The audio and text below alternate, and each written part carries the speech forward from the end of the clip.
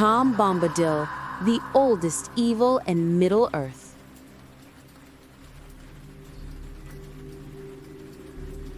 The air in the archives is thick tonight, heavy with the dust of fallen kingdoms. I sit amidst the boasts of Númenor and the faded glory of Arnor, a solitary keeper of truths too terrible for the light of day. I have always been drawn to the quiet, the forgotten, the subtle languages of root and river. But tonight, I reach for a book I have feared for decades, a manuscript that smells not of parchment and ink, but of moss and damp wood, of a deep, old silence. It bears no title, only a few faded elvish words, etched by a hand that trembled. Iarwain Ben-Adar, the oldest and fatherless. Elrond spoke of him once, his words measured, his eyes clouded with a memory too ancient for my understanding. Gandalf, when I asked him directly, simply filled his pipe and changed the subject. And yet that same Gandalf, after the War of the Ring, turned his back on the White City and journeyed not to the Grey Havens, but towards the land where Tom Bombadil dwells. Some in the court dismiss him as a rustic jest, a spirit of harmless mirth. They are fools. The manuscripts in my hands speak a different truth. They whisper of something that was old when the first elves awoke, something that watched the raising of the mountains not with wonder, but with recognition. And I fear the weight of what I am about to learn. For to understand Tom Bombadil is to see a crack in the very foundation of our world.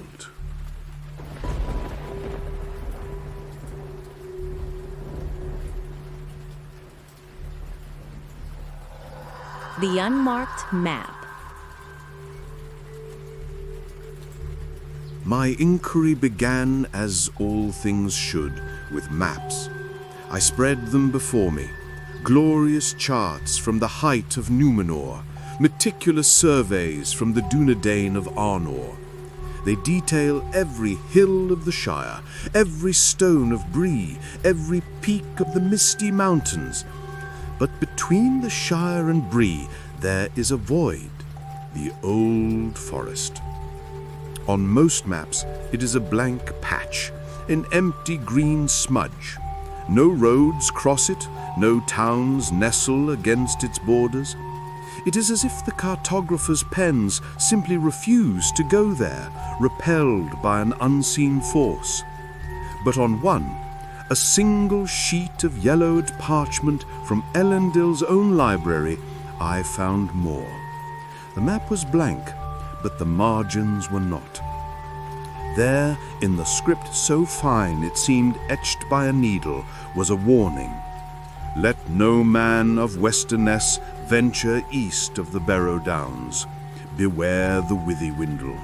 The trees there whisper not with leaves, but with hunger. They remember a time before the sun, and they are hungry for its light. One sentence, so quiet yet so terrifying. Beneath it, a small, deliberate symbol was drawn. A single willow leaf pierced through its center by a droplet of silver ink. I have seen this mark before, in the most forbidden elven treatises. It is used to denote beings from the Elder Dark, things that walked the world before the Valar came to shape it. Could Tom Bombadil be one of them? Something older than the sun itself, and far less kind.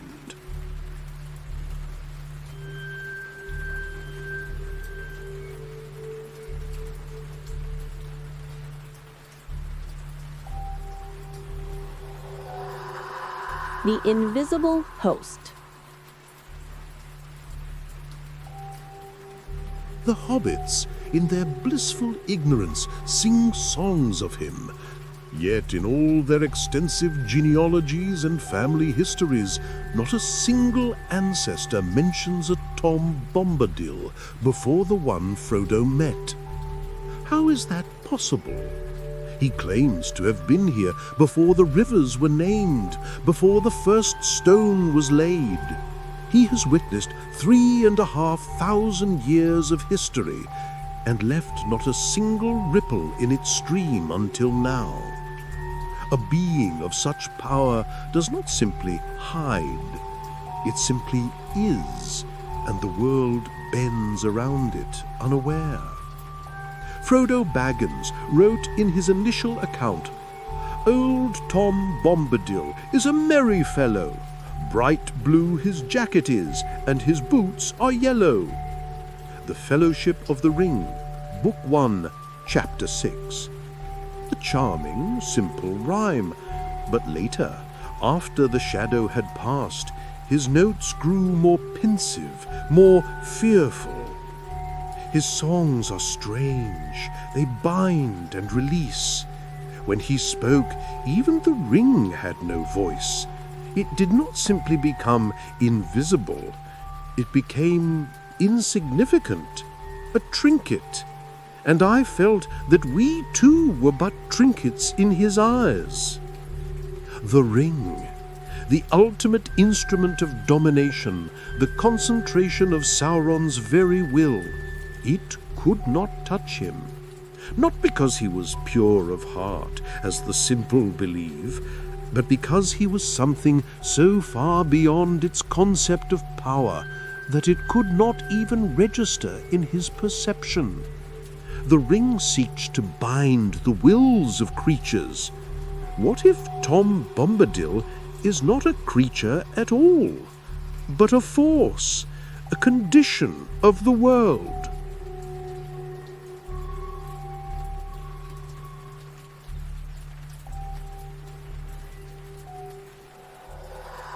The Guardians of the Barrows. The Barrow Wights are the key. We have long believed them to be spirits sent by the Witch King of Angmar to defile the graves of the Dunedain. This is a comforting lie. The truth is far worse. I have found an account, a fragment of a diary of a ranger of the north named Arahad, who ventured into the downs and lived to tell of it. The cold was not of wind, but of soul. The fog did not blur my vision, it clouded my mind. I heard a song, a low chanting dirge that promised only sleep. My limbs grew heavy, my thoughts slow. I saw a door in the hillside, a black maw open, and I walked towards it as a man walks to his own bed. Inside, the air was thick with the scent of rot and cold stone. I lay down among the treasures and the bones, and a slumber like death took me. In my dream, I was not alone. A presence was there, formless and ancient. It did not speak, but it showed me things. It showed me the barrow empty, not as a tomb, but as a larder. The bones were not defiled, they were collected, preserved. And then a different song pierced the gloom, a loud, careless, mocking rhyme. "Tom Bombadil," it sang, and the presence around me recoiled, not in fear, but in recognition, in resentment. The spell broke. I awoke, choking on the stale air, and scrambled into the light. As I fled, I saw him, the fellow in the blue coat, standing atop the barrow. He was not looking at me. He was looking at the closed door, and he was laughing. It was not a laugh of triumph. It was the laugh of a man who has found a mouse in his pantry, annoyed, proprietorial. This changes everything. The whites are not invaders, they are sentries. They are the guardians of the barrows, yes, but they guard their contents for him. They gather the last remnants of forgotten kings and heroes, and they hold them in that cold, timeless state. For what purpose? What does one who remembers the first acorn need with the bones of men? Perhaps he is a collector, or perhaps they are seeds for a winter that has not yet come.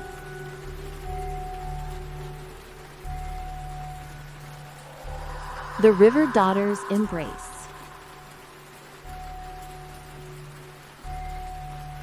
Then there is the matter of Goldberry. Frodo saw her through a lens of enchantment, fair lady clad in green, with hair like sunlight upon rippling water. The Fellowship of the Ring, Book 1, Chapter 7. But another account from a Dunedain ranger who glimpsed her from a distance tells a different story. She stood in the reeds, and the water around her feet was still and black. Her eyes were deep and knowing, as if roots grew behind them, and when she smiled, the frogs fell silent. Daughter of the river. Which river? The Withywindle. A river that does not spring from a clean mountain, but which rises from the ground beneath Tom Bombadil's very house. It is the artery of his domain, and she is its heart. I have cross-referenced every text.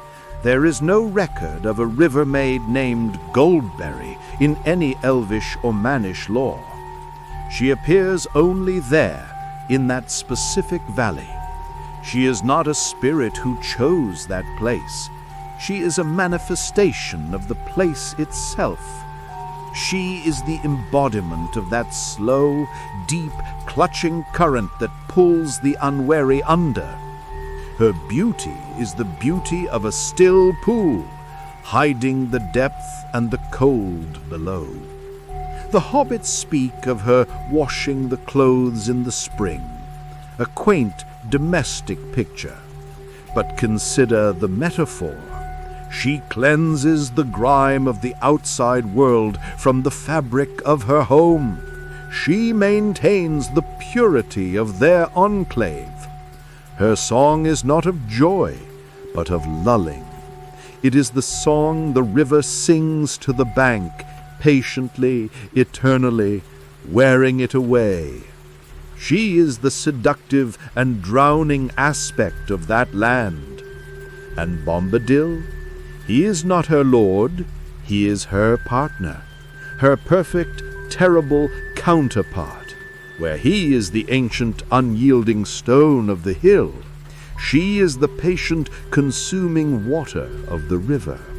One cannot exist without the other.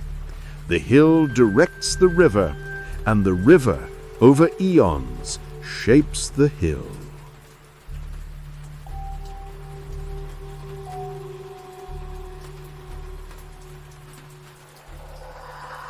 The Master of the Old Forest. I have pieced together his names, and in them I find a pattern of dread. From the Elves, Iarwan ben Adar, the oldest and fatherless. From the Northmen, Faun, meaning ancient.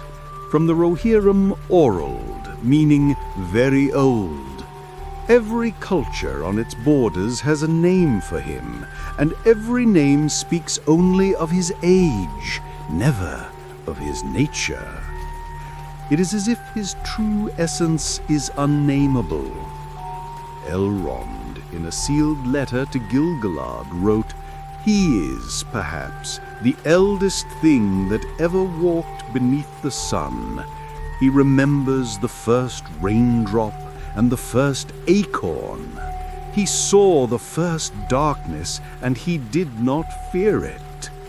a breathtaking notion, but in footnote added later in a shakier hand, Elrond confessed, "Yet the trees of his land are restless and dark, and his laughter is hollow, echoing in the glades like stones dropped into a bottomless well." Consider this. Galadriel's Lothlorien was a haven, a place of light that held back the darkness of Dol Guldur. But Bombadil's forest, it hosts the darkness, the malevolent old forest, the vengeful Barrow Wights, the ancient sleeping Huorns. They are not there in spite of him. They are there because he allows it, because they are part of the ecosystem of his dominion. He is the master of that domain, and his mastery extends equally to the sunlight and the shadow, to the living leaf and the barrowed death. He is landlord of a terrible, perfect balance. He is master of horrors as much as of life.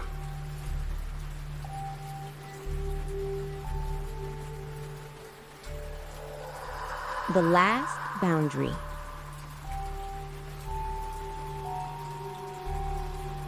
The most geometrically unsettling fact is his confinement.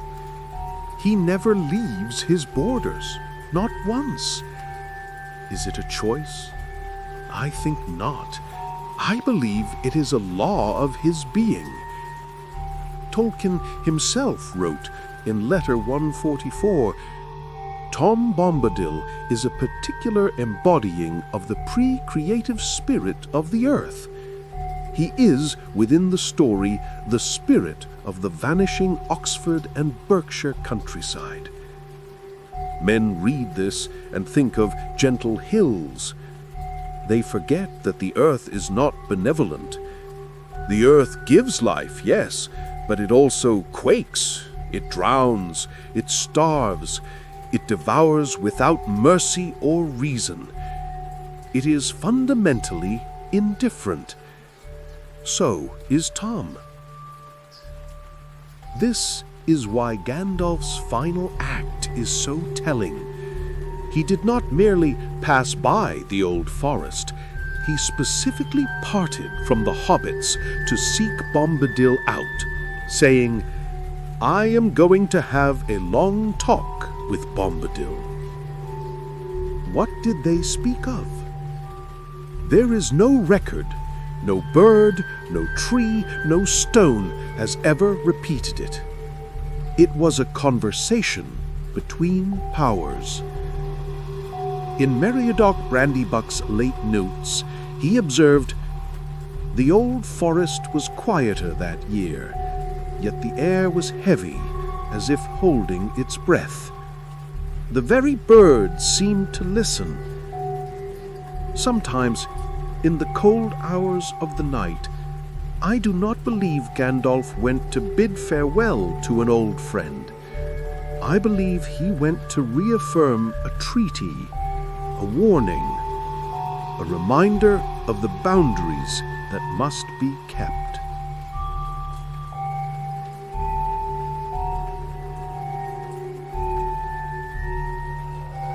The whisper in the roots of the world. I have delved deeper now into texts that were sealed by the kings of old. I have found a fragment, a crumbling piece of elven lore from the First Age that speaks of the music of the Ainur. It suggests that not all themes were in harmony, that there were dissonant chords, echoes that rejected the theme of Erwilúvatar and sought their own shape.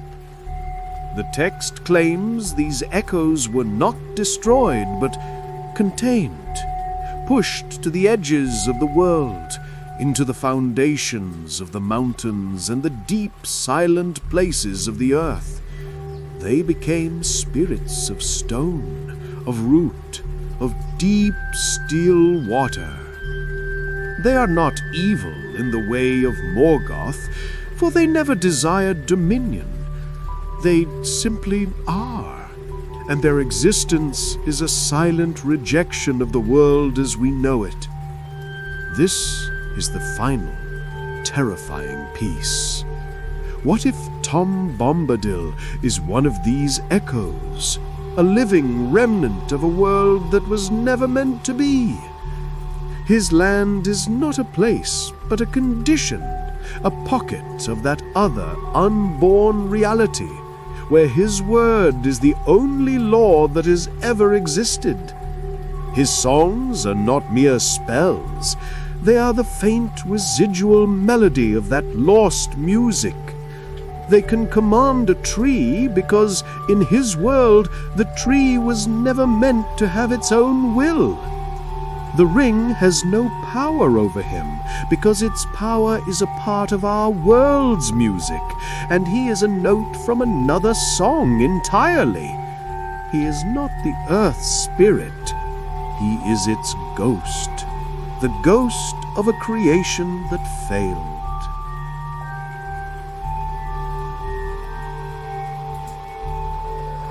A song for the ending.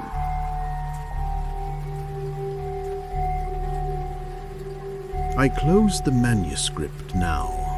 The candle is guttering, and the shadows in this archive are no longer just shadows. They have roots. I hear the trees outside the white city whispering, and I know it is not the wind. It is an echo, carried on a river that flows from a house under a hill, a song sung by a voice that does not breathe. He is neither good nor evil. Those are the concerns of the children of Iluvatar.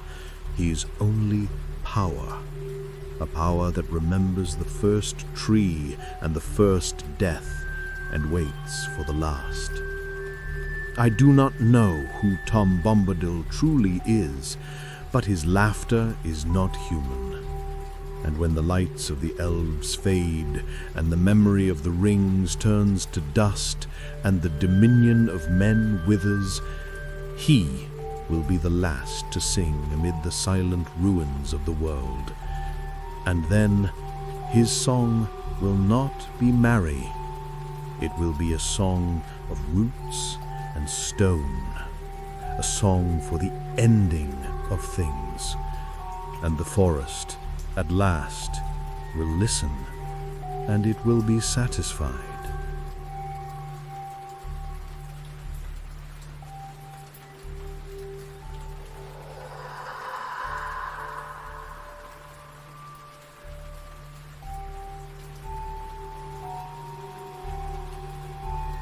And so ends another tale from the shadowed corners of Middle-earth. If you've walked this far with me, thank you. Your time, your curiosity, and your company mean more than you might think. Tell me, what do you make of Tom Bombadil? Is he a guardian, or something far older and stranger? I would love to hear your thoughts in the comments below. If you enjoyed this journey through forgotten lore, don't forget to leave a like and subscribe. It truly helps this old archivist bring more stories to light. There are still many secrets hidden in these scrolls, and I hope you'll join me again for the next one. Until then, keep your candles lit and your hearts open to wonder. Farewell, my friends, until the next turning of the page.